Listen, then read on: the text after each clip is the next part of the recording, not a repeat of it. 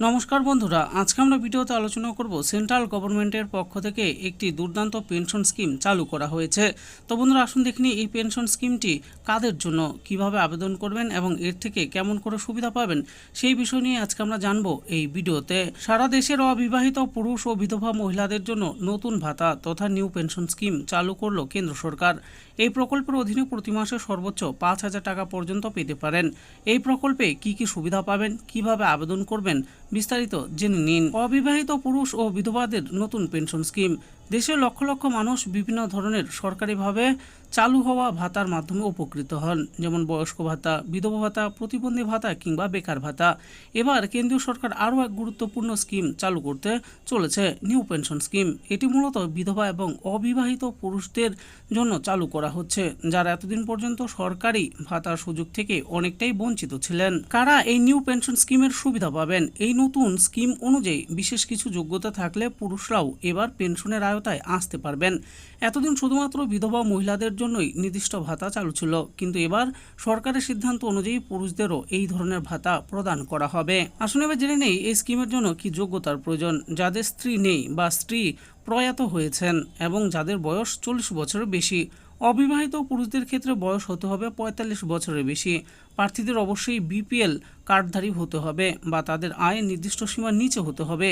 এই স্কিমে প্রার্থী যদি উপরোক্ত শর্তগুলি পূরণ করেন তাহলে তিনি সরাসরি মাসে ৫,০০০ টাকার ভাতা পাবেন, যা তার ব্যাংক অ্যাকাউন্টে জমা হবে। পেনশনের টাকা পাওয়ার নিয়ম কি রয়েছে? সরকারের তরফ থেকে জানানো হয়েছে, যারা এই স্কিমের জন্য যোগ্য তাদের ব্যাংক অ্যাকাউন্টে প্রতি মাসে সরাসরি ৫,০০০ টাকা পাঠানো হবে। এই টাকা তাদের নিত্য প্রয়োজনীয় খরচ এবং জীবনযাত্রার মান উন্নত করতে সাহায্য করবে। এই স্কিমের জন্য প্রয়োজনীয় নথিপত্রগুলি কি কি লাগবে?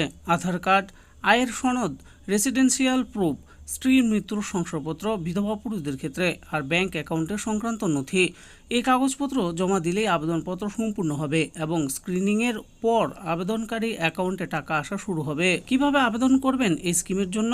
এই নতুন পেনশন স্কিমে আবেদন করা একেবারেই সহজ। কেন্দ্র সরকার জানিয়েছে, রাজ্য সরকারগুলোর সহযোগিতায় এই স্কিম বাস্তবায়িত হবে। প্রত্যেক রাজ্যে স্টেট সোশ্যাল ওয়েলফেয়ার ডিপার্টমেন্ট এর ওয়েবসাইটে এই স্কিমের আবেদন ফর্ম দেওয়া থাকবে। অনলাইনে আবেদন করতে হলে সংশ্লিষ্ট রাজ্যের সোশ্যাল ওয়েলফেয়ার ওয়েবসাইটে যান। New window /single man pension scheme সেকশনে গিয়ে আবেদন ফর্ম পূরণ করুন। স্থানীয় গ্রাম পঞ্চায়েত অফিস বা পৌরসভা থেকেও আবেদনপত্র জমা দেওয়া যাবে। কোন কোন রাজ্যের মানুষ এই প্রকল্পে আবেদন করতে পারবেন? এই মুহূর্তে ভারতের একাধিক রাজ্যে এই নতুন পেনশন প্রকল্প চালু হতে চলেছে, যেমন উত্তরপ্রদেশ, বিহার, মহারাষ্ট্র, পশ্চিমবঙ্গ, রাজস্থান, তামিলনাড়ু। এই রাজ্যগুলির পুরুষ নাগরিক যারা এই স্কিমের শর্ত পূরণ করেন তারা সরাসরি আবেদন করে এই সুবিধা গ্রহণ করতে পারবেন। কেন এই স্কিম এত গুরুত্বপূর্ণ? এই নিউ পেনশন স্কিম শুধুমাত্র একটি ভাতা প্রকল্প নয়, এটি এক ধরনের সামাজিক সুরক্ষা ব্যবস্থা।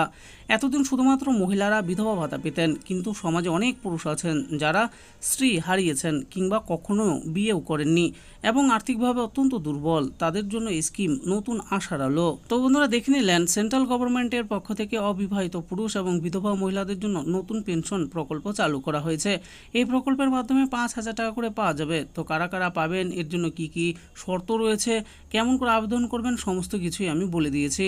আশা করি ভিডিওটি আপনাদের ভালো লেগেছে। আর এই ভিডিওটি যদি আপনাদের ভালো লেগে থাকে তাহলে অবশ্যই একটি লাইক করবেন।